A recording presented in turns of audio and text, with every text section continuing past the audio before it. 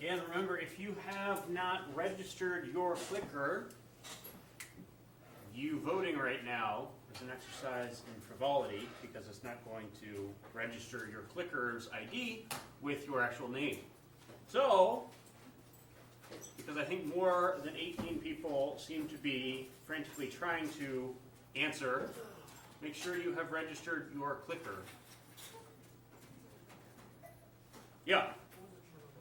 44. 44 if you've got the clicker. If you have the app, it's 589, 724.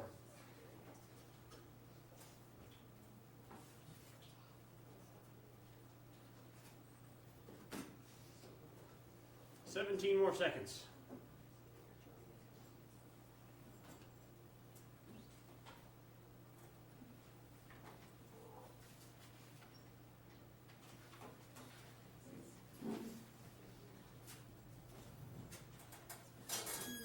Five, 4, 3, 2,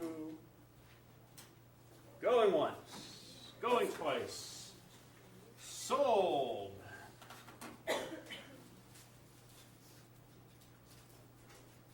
All right, so we are nearly equal split. Harm, I guess, yeah, there we go. Harm, equality, and community. So, who wants to try to persuade the rest of the class? Bless you.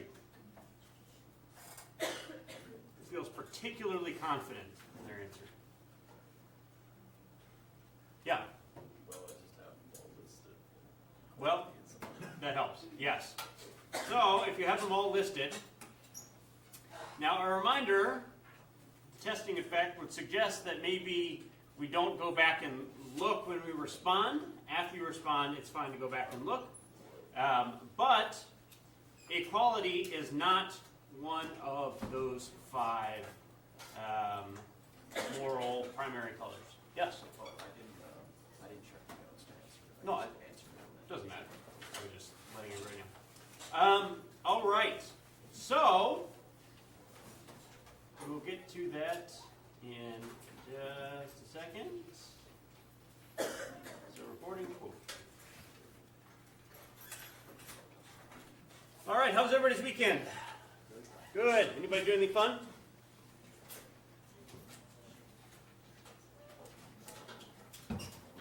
Somebody had to have done something fun. Yes. Played Ultimate Frisbee with my friends. Nice. That's awesome. Where'd you play? Where? Mhm. At my house. There's Oh. a big open space next to it. Nice. That's awesome. So just kind of pick up game. Yes. Yeah. We had a festival called Holy. Called what? Holy. Holy. Nice. So we played that at our temple. Oh, that's awesome. Colors. That's very cool. So, what is that festival supposed to? Is it a celebration of anything in particular? Well, a long time ago, it's like a myth. Our religious group says that a small kid was there, and his dad was evil, so he's trying to kill his son because he's worshiping God instead of him. So he tried to kill him, and then the boy, small boy, Mhm. his dad's sister has a blast that even if he enters the fire, she doesn't burn. So she took the boy with her in the fire, but she burned, but the boy doesn't burn because he was blessed with the God. So that's Oh, that's really interesting. That's really cool. Would you spell that H-O-L-I? Yeah. Okay. I saw somebody posting on Facebook about Happy Holly. Is that Holy? Yes. I didn't know what it was. Cool. Anybody else do anything fun? Finally had back-to-back days of sun, which was nice. And now we start 10 more days of rain. Sweet Jesus. What's that? Yeah, it's brutal. All right. What did we learn last time?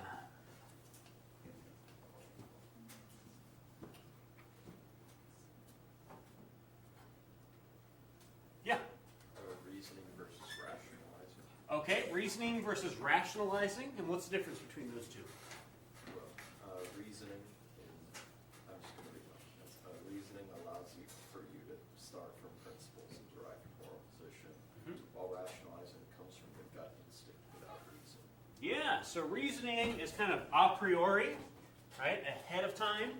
So you've got your moral principles, or you've got your foundation upon which you are able to reason.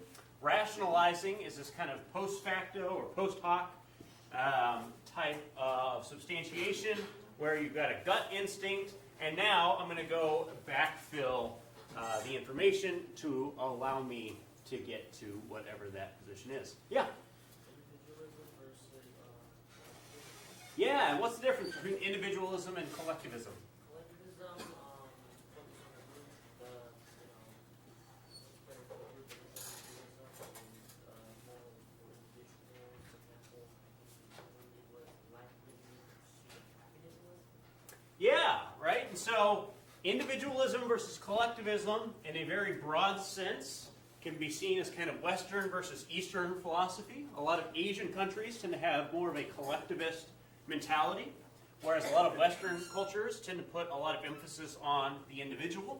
And so that example I was giving was from the Declaration of Independence. You can see that sort of individualism portrayed in a lot of the founding documents of Western countries, wherein there is a discussion of the individual liberties rather than the collective liberties. So yeah, individualism is focusing on that individual, the individual's well-being is a primary concern of morality, whereas collectivism is focusing more on the collective good, sometimes at the sacrifice of the individual.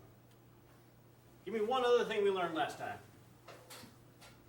Yeah? Moralization and amoralization. Okay, and what's the difference? So moralization is when you take something that's usually just a lifestyle choice and you make it like a moral decision, like smoking. Yeah. And amoralization is the opposite way. So you take something that was a moral debate like divorce and turn it into just a lifestyle choice. Exactly. So moralization, you're taking something that was just kind of a lifestyle choice, and now you ascribe some sort of moral imperative to it. So the example we gave was smoking, right? You can see a really rapid transformation, a relatively rapid transformation for how we discuss smoking, such that a lot of bars began barring smoking, and then the states began barring smoking, and the conversation became one of, it is immoral to smoke around those that don't smoke because you are now harming their health.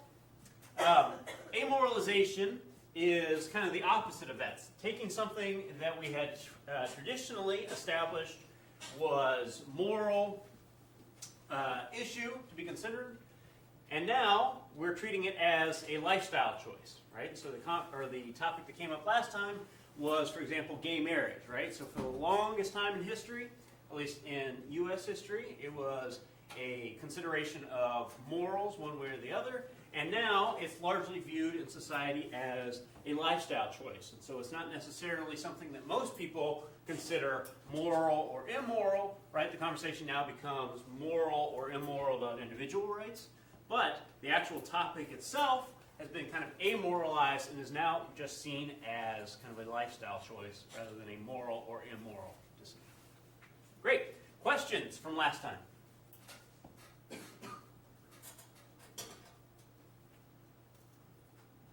Nothing? All right. So today, we're going to be talking about social psychology, but first, Americans eat about 100 acres of pizza per day, or about 3 billion pizza pies per year, which comes out to about 46 slices of pizza per person a year. Yes? That's a lot less than I expected. Well, consider not everybody eats pizza. So, for those of you who don't eat pizza, there are people like me who eat twice the amount of pizza per year. I don't know. There's like vegan pizza. You have no excuse. What's that? Instead of more power to you, more pizza to you. More pizza too. Yes, more pizza to me. Thank you. Apparently Papa John lied. I don't know if y'all saw this, where he said he ate like 40 pizza pies in a month and was challenging everybody to do that. Apparently he didn't actually eat 40 pizza pies in a month. I'm so shocked. I know. All right. So again, today we're talking about social psychology.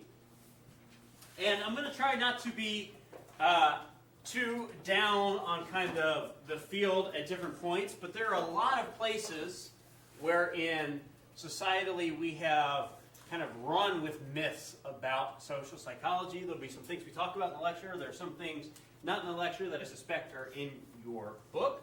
Something like the bystander effect. So does your book talk about the bystander effect? Yes. And what's the case they usually give with the bystander effect? Do they talk about it? Kitty Genevieve? The woman in New York? Yeah.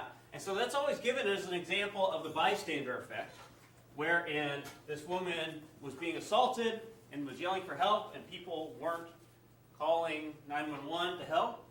In reality, documents that came out after the fact indicate that people were calling for help, right? And so there are a lot of these kind of cases that we hang our hat on as a specific example. This is not to say the bystander effect isn't real.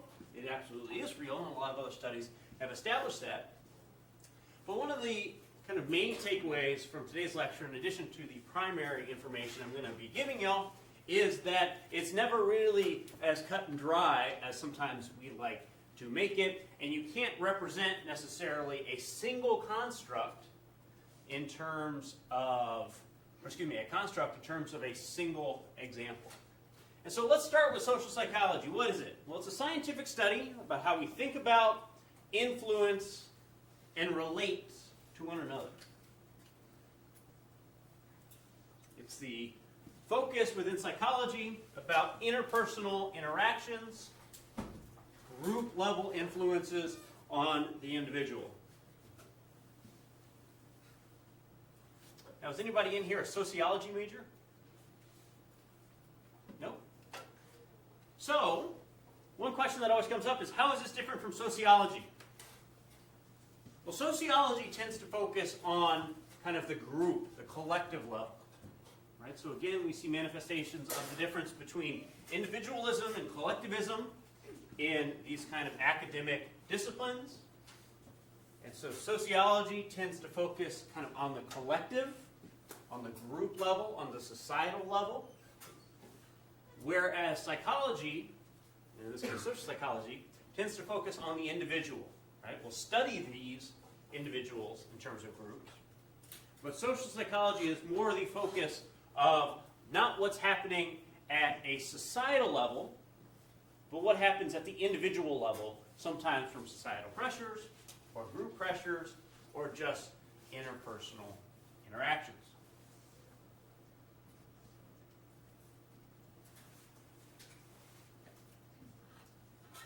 And one major component of social psychology is this sort of attribution theory.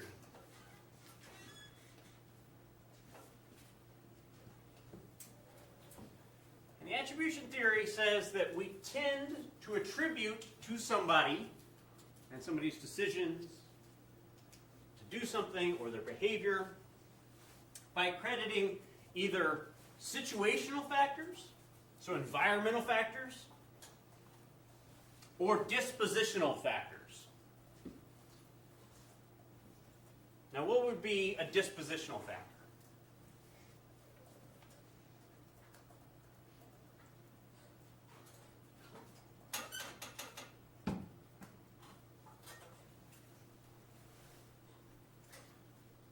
Dispositional factor would be something inherent to you as an individual.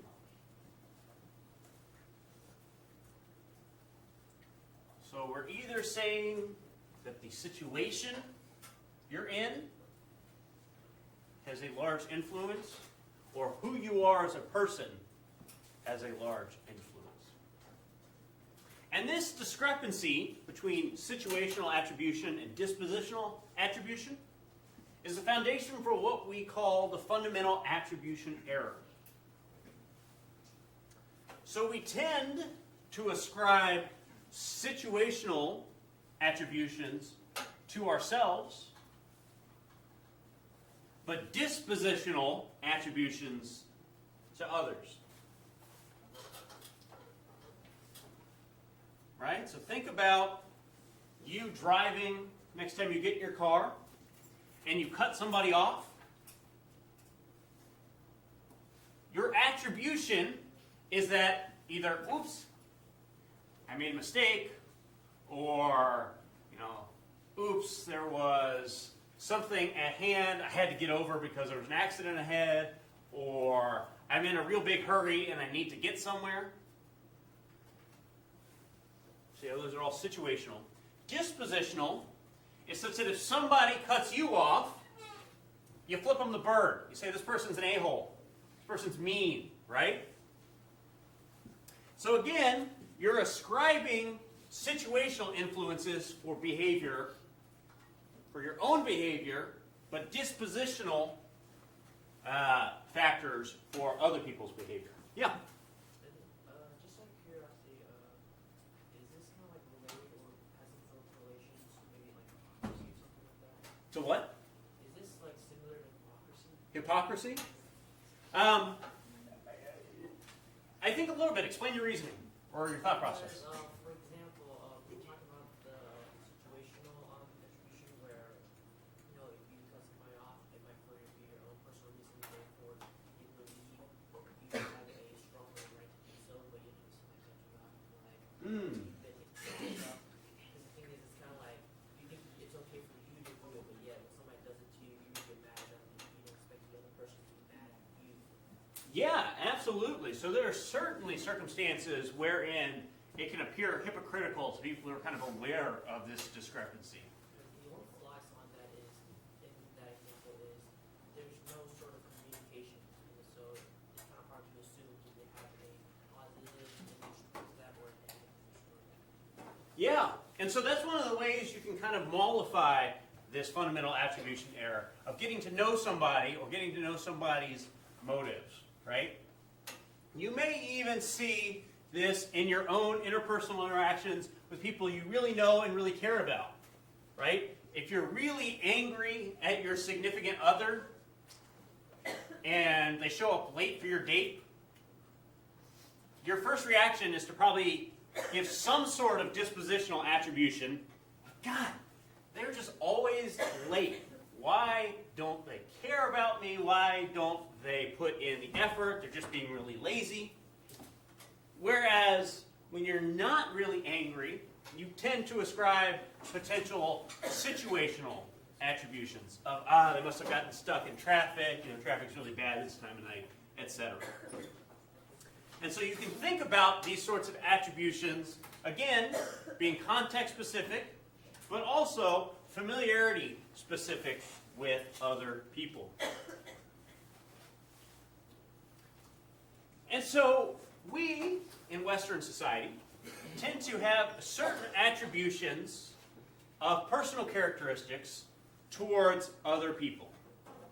This is not to say any of these are true, but this is to say this tends to be people's proclivity towards thinking about this. So for example, the homeless are lazy. Why don't they just get up and pull themselves up by their bootstraps? But you can think about some of these situational factors. High rates of addiction, high rates of mental illness that contribute to homelessness. But we tend to want to make those dispositional judgments about the homeless. I already gave the example of aggressive drivers. We tend to also say, friendly people are quote-unquote flirts. Right? Not that there's something about that situation that dictates maybe they should be friendly, right? This is a professional environment. They should be friendly. They want to network, etc. Also things like those who cry are emotionally weak. And now you can start to see some gender discrepancies in this, etc. Can anybody think of another attribution we tend to make on a societal level?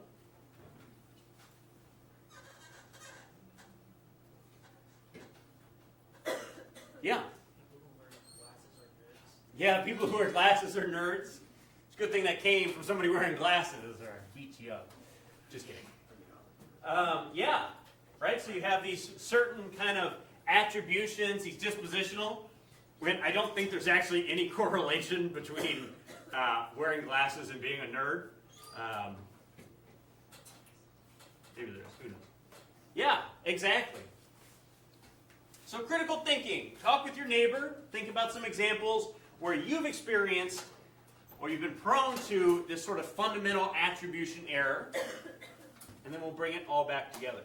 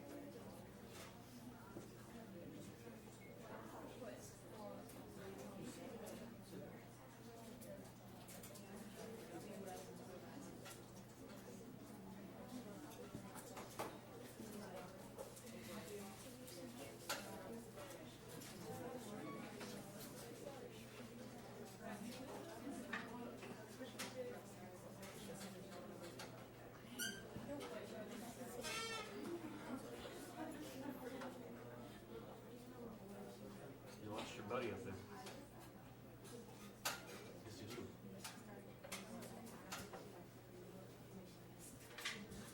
"21 more seconds.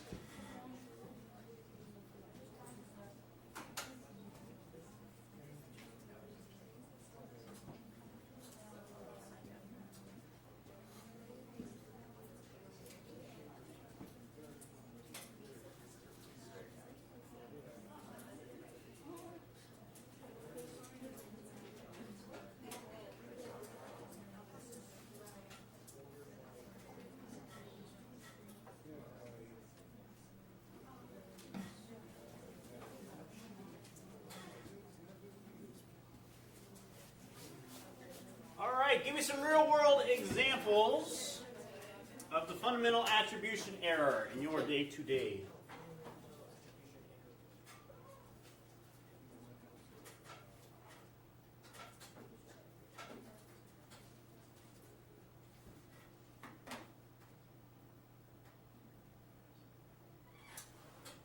Yeah.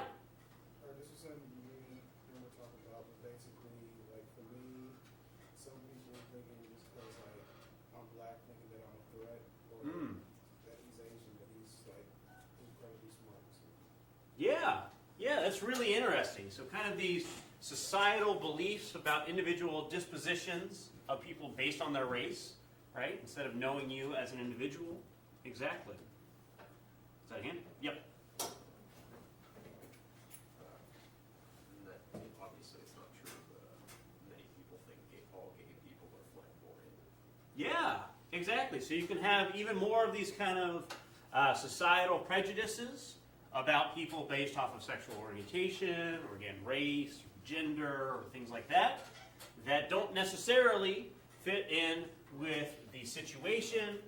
You have these very dispositional attributions of their behavior rather than societal, or excuse me, situational. What else?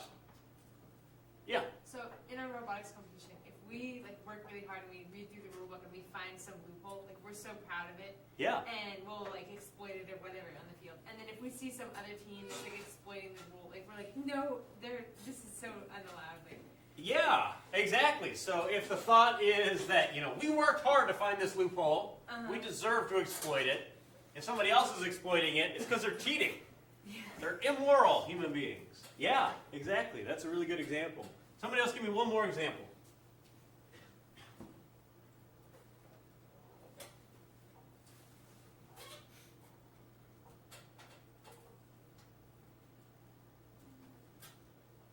Is that a hand? I hesitate to say this one.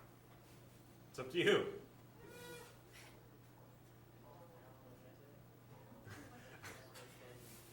if you're uncertain, we'll hold off on it. So an example from my day-to-day could be if I see somebody who is turning in assignments really late for Cengage, a kind of dispositional attribution could be, God, they are so lazy, they are waiting until the last minute to turn these in. A situational factor may be, okay, well, it imposes these absurd, not really absurd from a theoretical perspective, from a practical perspective, requirements that you wait for a certain amount of time before you finish the assignment, right? And a lot of you are hardworking, you may have jobs outside, so the only time you can get to it is late at night, right? And so making that sort of situational versus dispositional attributions. Questions about this?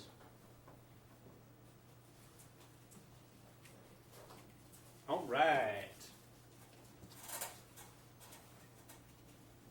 And so we've talked a little bit about acts of persuasion already. I think when we were talking about decision making. But there are these kind of peripheral cues that we rely on to be persuaded, right? It occurs when people are influenced by incidental cues, such as the speaker's attractiveness, right? You should not, from a purely logical perspective, put any more weight in the words of an attractive person than you would in the words of an unattractive person. But there is this thing that we call the halo effect in social psychology. And the halo effect says that people who are more attractive tend to be judged as smarter, funnier, and more competent than are their peers who are less attractive.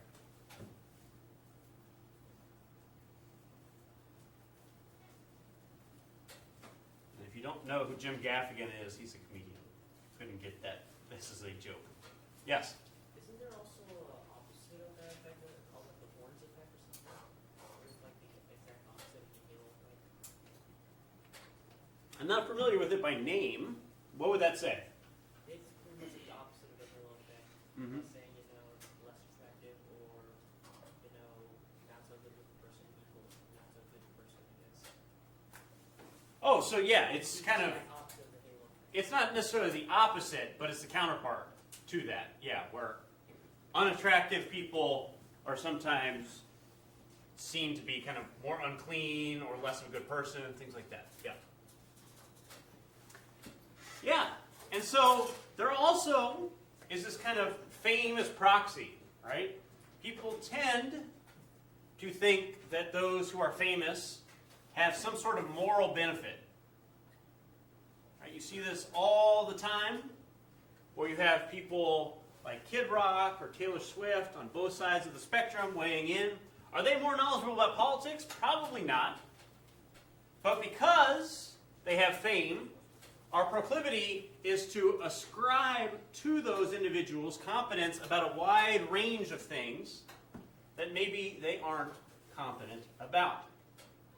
You'll even see this with professors, right? The assumption is that because I have a PhD, I'm knowledgeable about a lot of things. No, I'm knowledgeable about a very small number of things in a very deep sort of way, right? And so I have no more knowledge about therapeutic approaches than do y'all.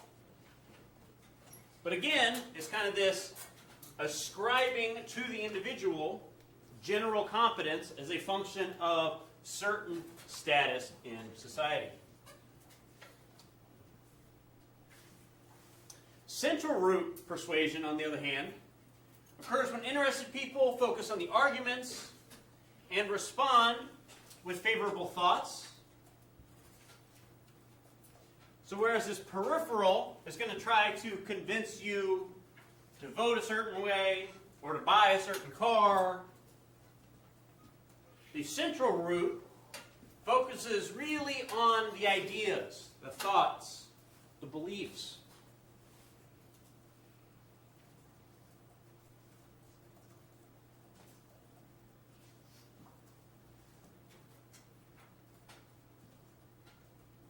Your attempt with this kind of central root of persuasion is to engage your system 2 thought, or the system 2 thought of others that you're trying to persuade, by using facts and evidence.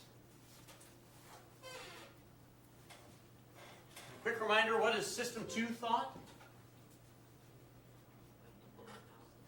What's that? Yeah, really in-depth, slow, thoughtful. The flip side of system 2, system 1, that kind of quick, gut-level thought, instinctual, right? We really, with the central root persuasion, want to, quote-unquote, attack the belief where it exists with facts and stuff like that.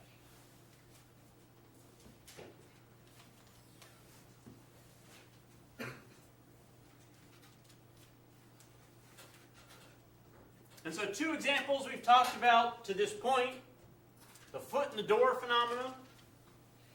Right? You start small and get bigger. I think the example I gave earlier this semester is if you want to go out on a date with somebody, ask if you can borrow a pencil first. If they say yes, you're more likely to get them to say yes to yes, or to can I take you out to dinner on Saturday night. The door in the face phenomena, on the other hand, is starting with a massive, unreasonable request. And then, after you get that no, doing something that is comparatively a lot more reasonable. Right? So if you want to go out on a date with somebody, asking them if they'll marry you, and when they inevitably say no, say, okay, how about a date then?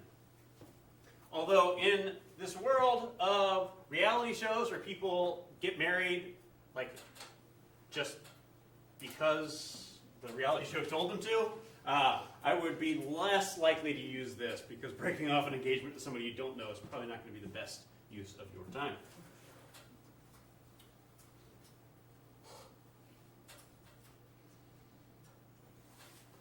And so, what causes this? What is the mechanism by which we have these sorts of persuadability or propensity to fall victim to this foot in the door or door in the face technique? Well, underlying most of these things is what we call cognitive dissonance. Cognitive dissonance is that feeling of unease when you hold 2 simultaneously competing thoughts or beliefs.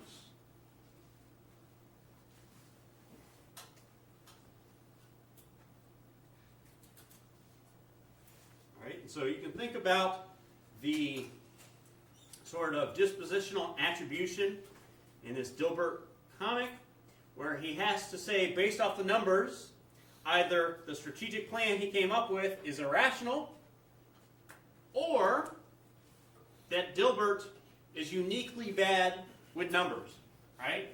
You can't hold those 2 competing beliefs of I'm great and in reality my strategic plan sucks. And so to resolve that, one of those 2 things has to change.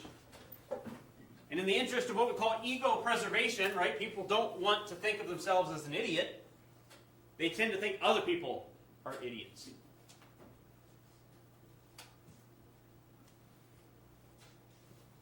All right, so we go back to this Homer Simpson example. Now, boy, is everybody stupid except for me, right? You don't want to think that you're the lone wrong person, bless you. You want to think that everybody else in your environment is wrong.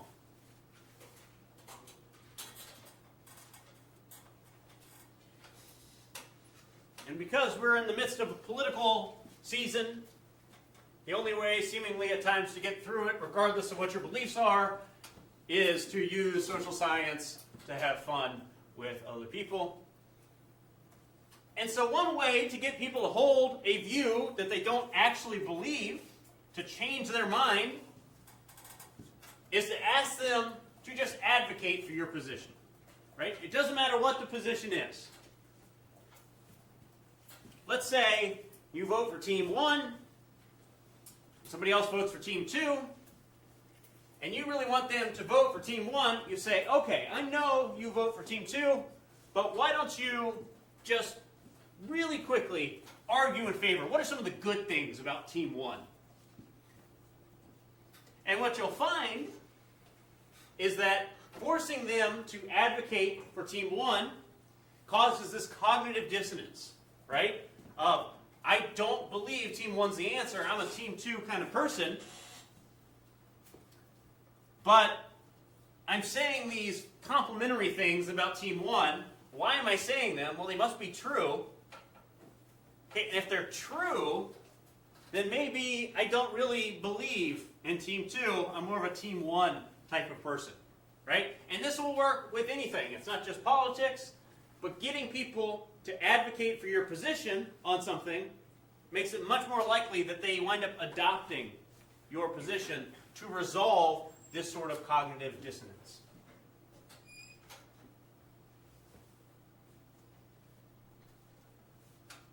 The flip side of this, though, is what most people tend to do of try to get to this central root persuasion by presenting a whole bunch of facts and a whole bunch of figures to try to persuade somebody to come over to your side about something.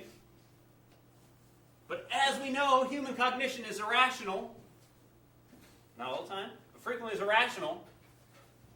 And the most frequent response to this is, despite compelling evidence being shown to you, people tend to get harder in their beliefs. They tend to believe stronger than they did before, even if the evidence that they were presented is compelling evidence against their belief. Right? To resolve that cognitive dissonance, they tend to ignore that extra information and now believe stronger than they did before. So yelling at somebody because they hold a certain belief is not going to get them to switch their belief on whatever that issue is. Another example of this would be if right before the SIEs, I said, why don't you really quickly take out a piece of paper, and I want some feedback. Write 10 things you really hate about this class and 2 things you love about this class. Writing 2 things you like about something is not hard. It's pretty easy to come up with 2, unless you really hate this class. I don't like that some of you laughed. Just kidding. It's really easy to come up with those 2 things, right? It doesn't take a lot of mental effort to come up with 2 things you like about just about anything. However, it can be hard to come up with this number 10 of things that you really hate. So now you start having this cognitive dissonance of, wow, it was really easy for me to retrieve information that I liked, and I really struggled with filling that list of things I hated about this class. Maybe I actually like this class. Maybe this is a good class. And I can change the way you give me ratings on the SIE based off of this sort of manipulation. It worked with things like cars. You know, if you want to buy a car. Yeah?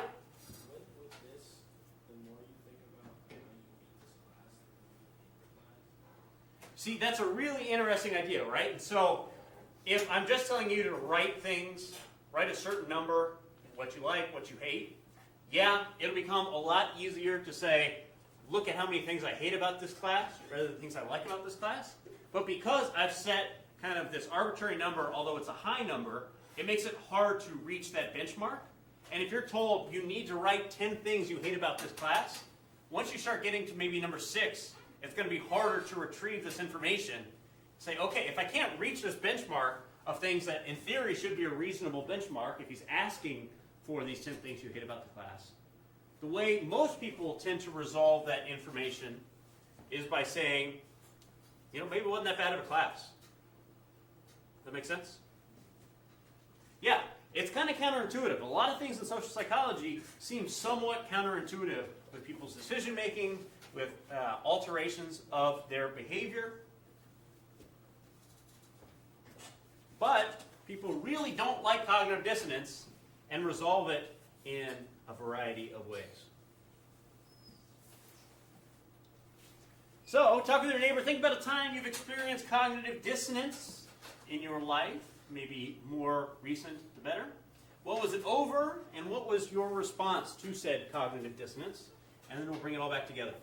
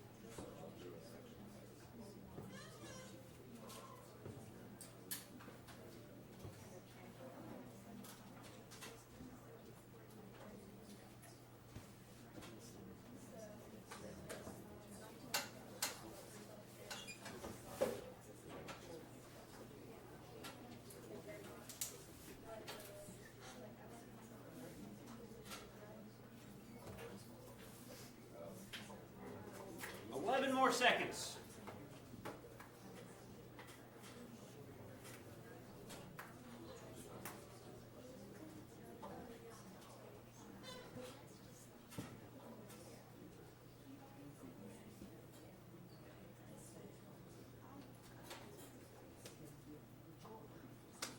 All right.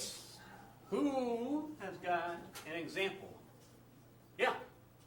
Well, this is before I moved out of a previous home, but one of my roommates had brought, like, he has a lot of different flags and posters and things over. Then one day I walk into the living room and he has, it's like a half Alabama flag, but the other half is the Confederate flag. And I was looking at him like, do you really want to put this in the room? And he kept trying to argue to me, no, it's not offensive at all or whatever. I'm just kind of like, you're throwing rocks at a brick wall right now. Okay. So, what was your cognitive dissonance in that situation? I guess because obviously, you know, it's, Mhm. I'm not agreeing anything that involves the Confederate flag whatsoever. Okay. Yeah. And he was like trying to make it say like, no, it's not racist, it's not the Confederate flag, it's not offensive. Mhm. So it's like a complete slap in the face to me. Mm-hmm.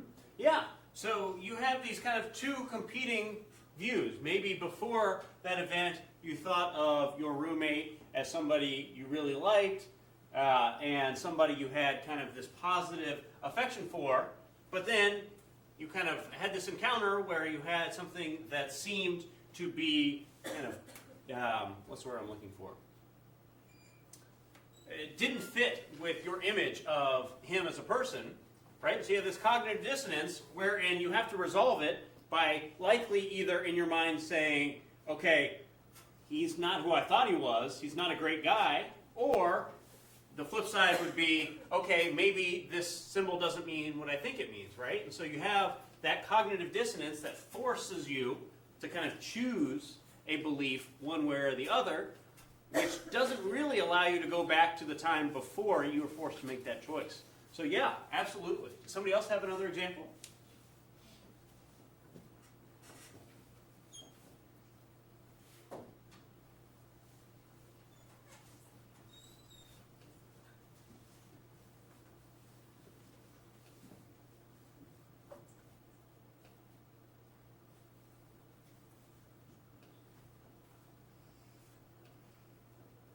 I know you all have experienced cognitive dissonance. Yeah. During the Brett Kavanaugh hearings, Mhm. one of my classmates who had already hated him before, even after we listened to the trial and heard all the evidence that essentially disproved the accusations against him,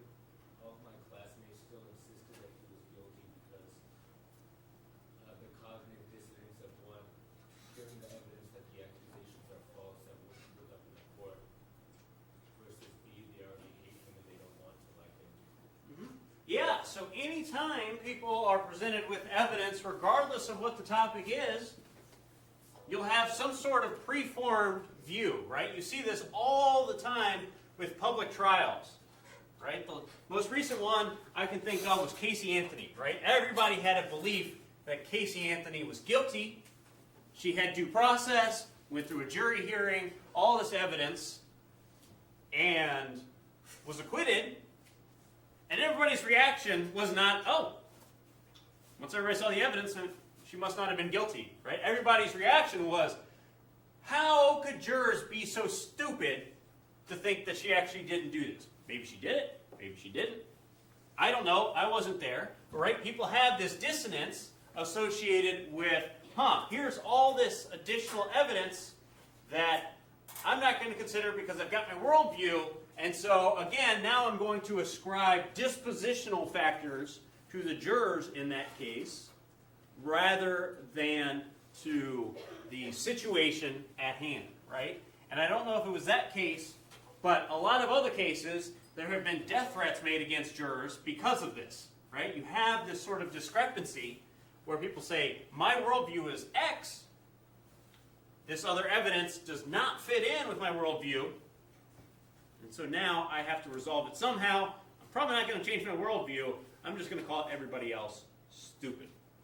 Right? All right. Now on to social norms and conformity. Show a funny little video here.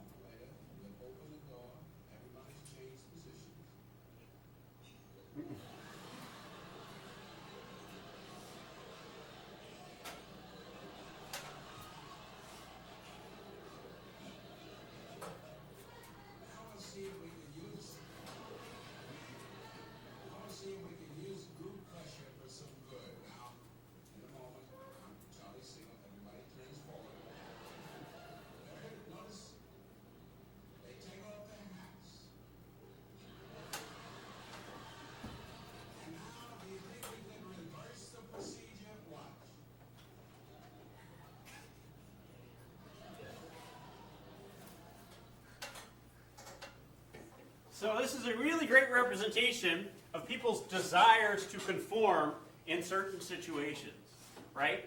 One of the ways this is demonstrated a lot kind of in your day-to-day life is I'm sure you've all had the experience of standing outside of a classroom thinking that the first person there had checked the door. Turns out they hadn't checked the door. And now you've got 30 people waiting outside the classroom that's empty and unlocked until some brave soul finally says, okay, let me go check the door. Right? Because it's an inherently uncomfortable situation to go do something that you think other people may have done because you're implicitly calling them an idiot for having not done it correctly, right? Something simple for not having done it correctly. Was that a hand I saw earlier? Well, I was going to make like two examples of social conformity. Yeah. I don't know if y'all have ever seen the show Brain Games. Mm-hmm. They actually did talk about social norms and conformity. The example they used were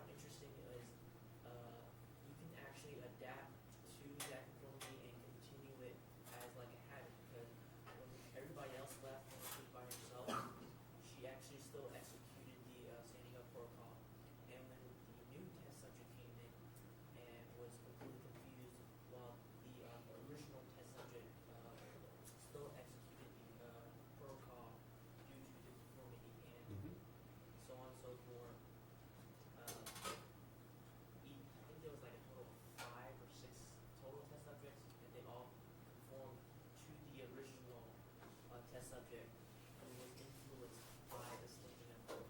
Yeah, so it's a really interesting example, and you can find that video online. But yeah, so they had a group of what we call Confederates, people that are in on the experiment, in a doctor's waiting room, and every time a buzzer sounded, they all stood up. Buzzer sounded again, they would all sit down. And after a while, this person who wasn't in on the experiment started doing that. Each one of those Confederates leave. That lady still stands up, sits down, stands up, sits down. Other people come in who are not in on the experiment. She stands up, sits down. And in fact, I think at one point, one of the other people asked her, "What are you doing? Why are you doing that?" She goes, "I don't know." And just keeps doing it. Because that was sort of that social conformity to the norms. Right? And so we have this sort of normative social influence. Influence resulting from a person's desire to gain approval and avoid disapproval. Right? We are very social creatures. Most people have a genuine fear of being kind of isolated. And so you see this all the time, and none more so relevant than now some of the CDC's recommendations for how to go about protecting the spread of the coronavirus, establishing these normative social influences, right? Doing the Dracula cough, coughing into your elbow, washing your hands for 20 seconds, right? Because now they've stigmatized not doing some of these things, such that if you see somebody just hacking away in the cafeteria, there's kind of this social disapproval of that sort of action.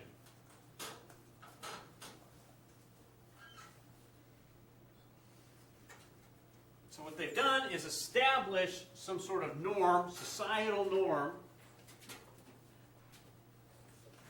for which compliance is kind of, again, this moral good, in the sense that it gains you acceptance into the group, and lack of adherence to that normative social, or that norm, leads to potential isolation. We also have informational social influence, such that influence from one's willingness to accept others' opinions about reality. All right, so again, this goes back to the Taylor Swift and Kid Rock example. We hold them in high esteem. And because we hold them in high esteem, when they say something influential, people who like that person are more likely to adopt their kind of worldview.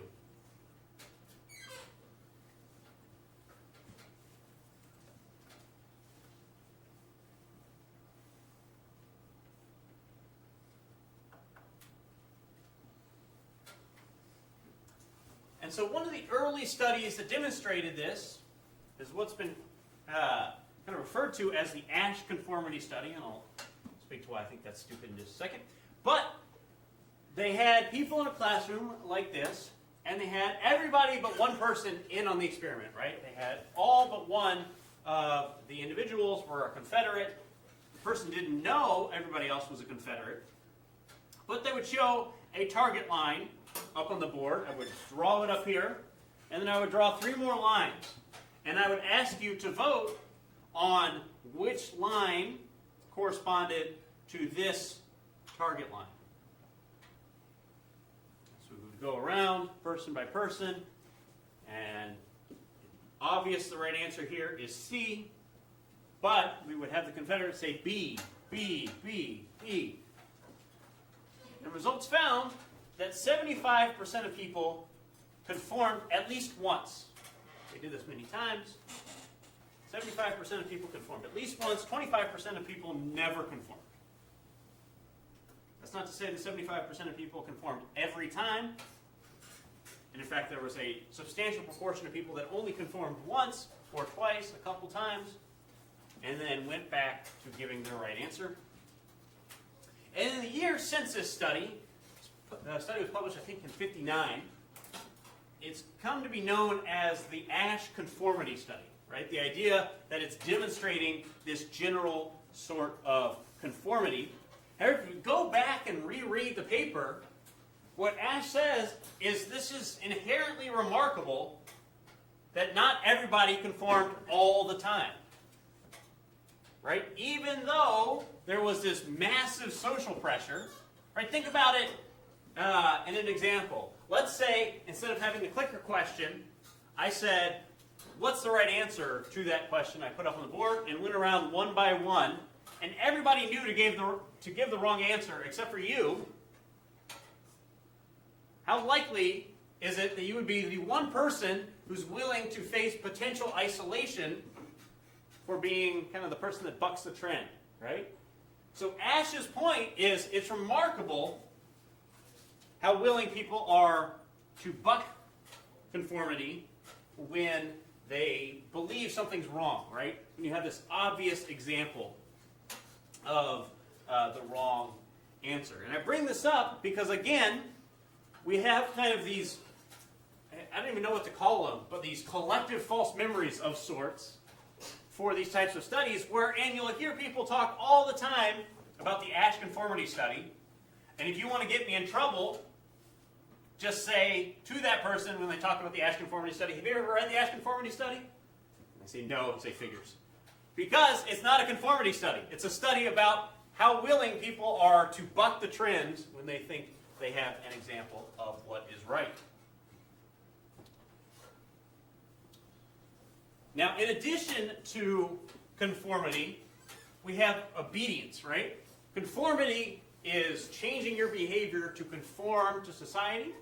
Obedience, on the other hand, is this kind of adherence to some sort of strict figure, right? Some sort of powerful figure. We talked a little bit about this last week. This is the Milgram obedience study, and I'll show you an example of what this actually looked like here. And then we will actually talk about the proclivity to follow these figures.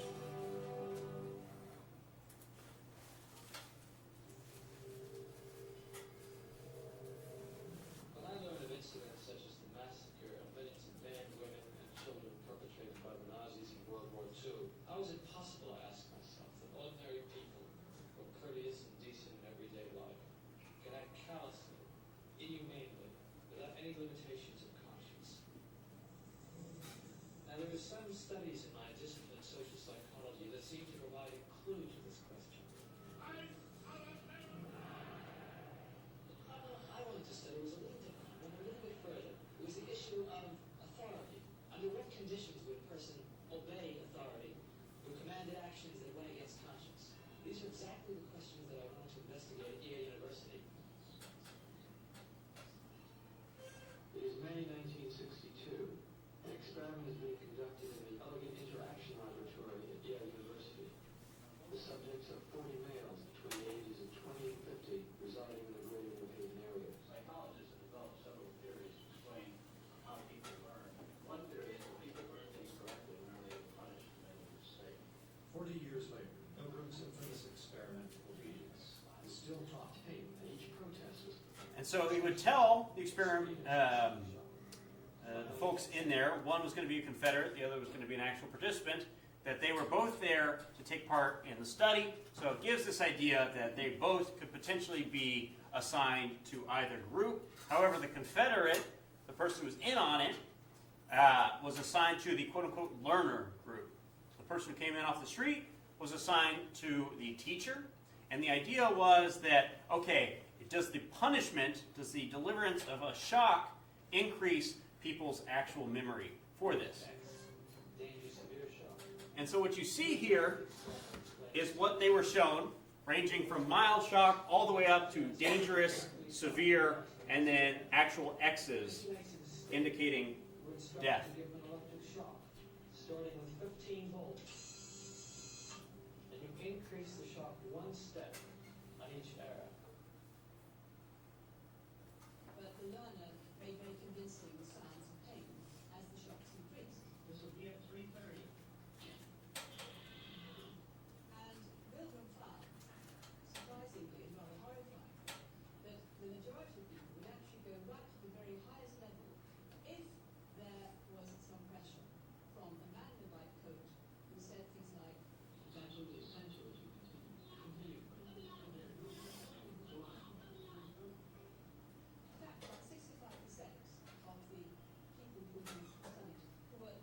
So what you hear is this quote-unquote learner who's not actually getting shocked, but is giving these kind of vocal indications that they're being shocked, and at one point tells this teacher that he has a heart condition and please stop. So you can hear him kind of begging to be let out of there. Some of these people will say, we shouldn't continue, we've got to stop this. And you would have the experimenter say, please continue, or it's absolutely imperative that you continue. That is incorrect. This will be at 3:30. Correct phrase is rich boy.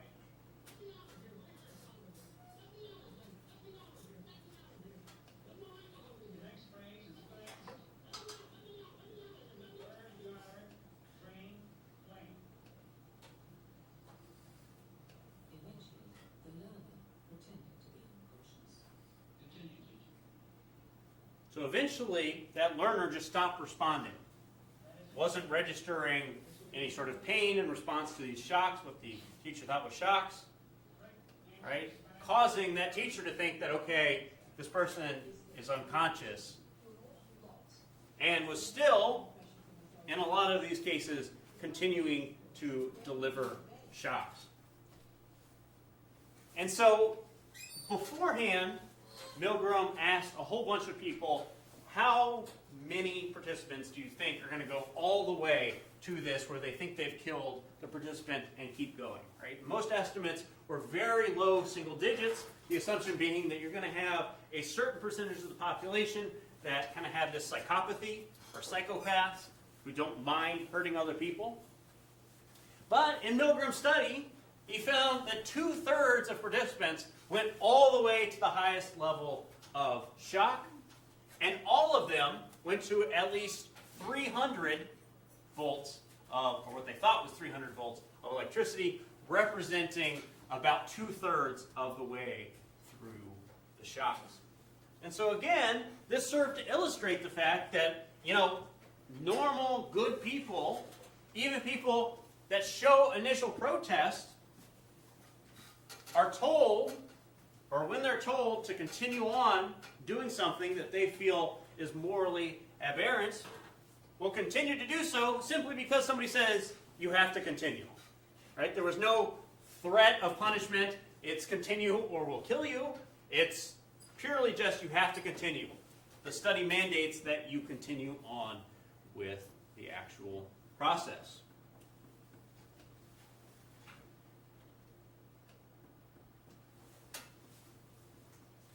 And so that serves to represent not necessarily anything good about human behavior, but there's also this kind of factor of,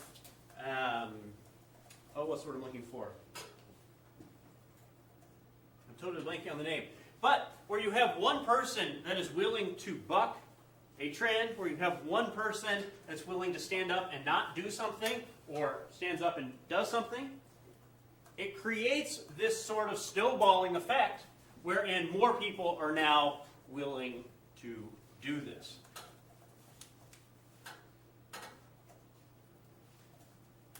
And so actions in the presence of others are inherently complex. You all have experience with this in your day-to-day lives. One example of the complexity is social facilitation, wherein you have improved performance on simple or well-learned tasks in the presence of others. Right, the example of this is a professional athlete who doesn't perform as well unless it's a big game. There are a lot of people there watching the event. That facilitation causes them to perform well.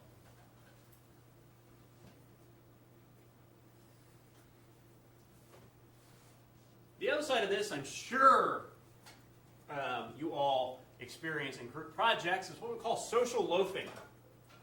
So it's a tendency for people in a group to exert less effort when pooling their efforts than when individually accountable.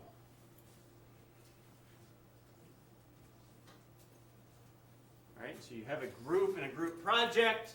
There are going to be varying levels of social loafing. But by and large, the group performance is usually going to be lower than what you would expect from knowing just the individual performers. Yeah? I don't know if you watch soccer, but No. The Champions League is like a big soccer tournament. Yeah. And there's a big game going on this Wednesday, but they have to do it behind closed doors because of the coronavirus Yeah. in France. And they're worried that, due to social limitation, that the team's not going to do that well, even though that they're home. They're not in France, Yeah, that's a really interesting idea of having this home field advantage being a function of that social facilitation effect. That's a really interesting example.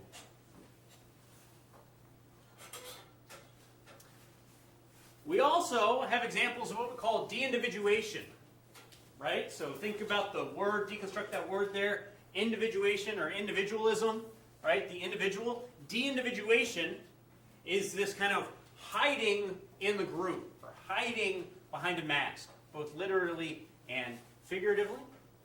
And it's that loss of self-awareness and self-restraint that occurs in group situations that generally foster this kind of arousal level, so physiological arousal, not sexual arousal, physiological arousal, and anonymity.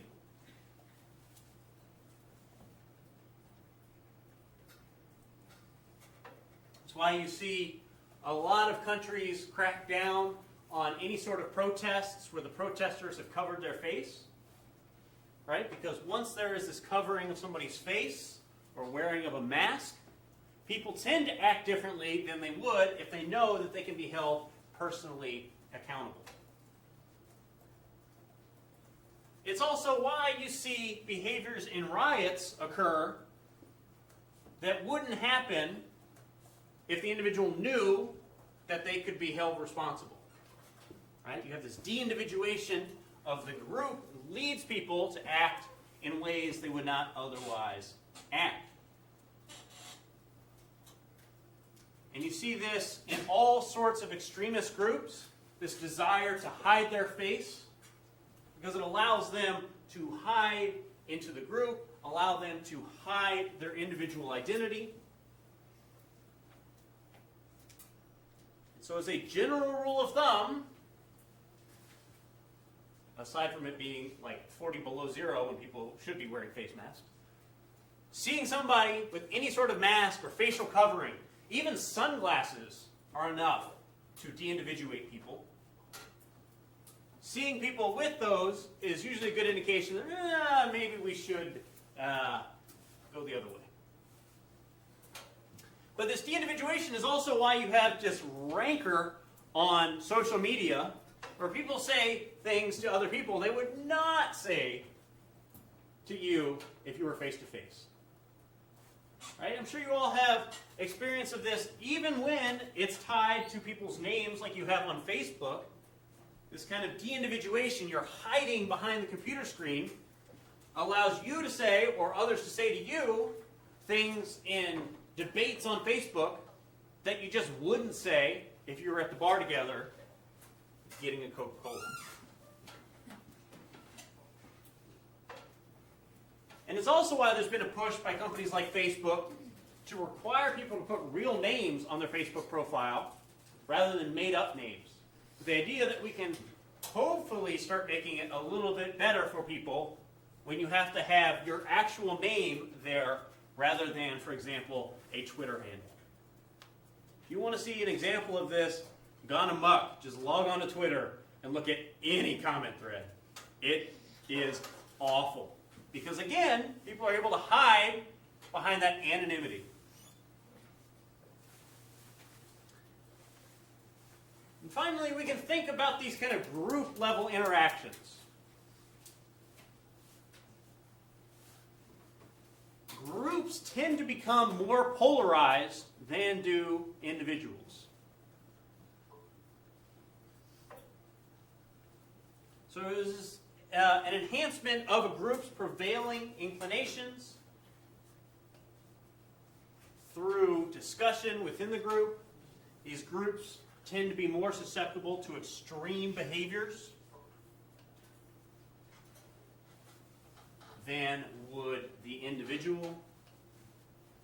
Because, again, these kind of group conforming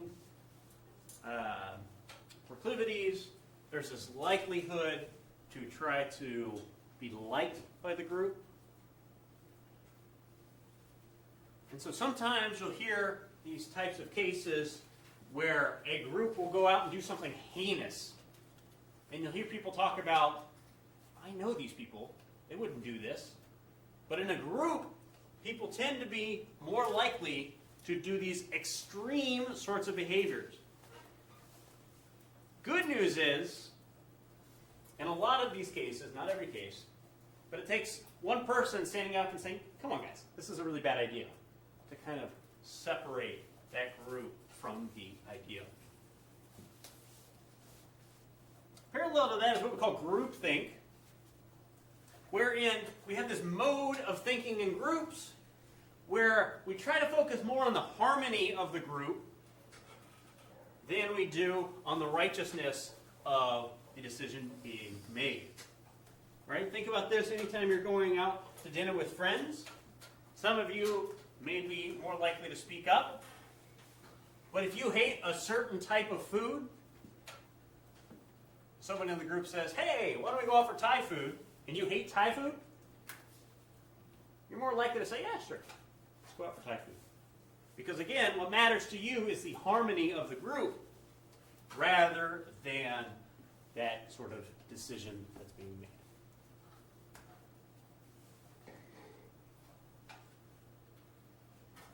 So you can take this home with you. We won't do this in class, but think of real-world examples of groupthink, group polarization, de-individuation, social facilitation, and social loafing. Next time your Chapter 13 Mind Tap is going to be due, we're going to have another guest lecture on Thursday from another one of our graduate students. Again, please treat him kindly. Don't be too brutal with him. Any questions about what we covered today?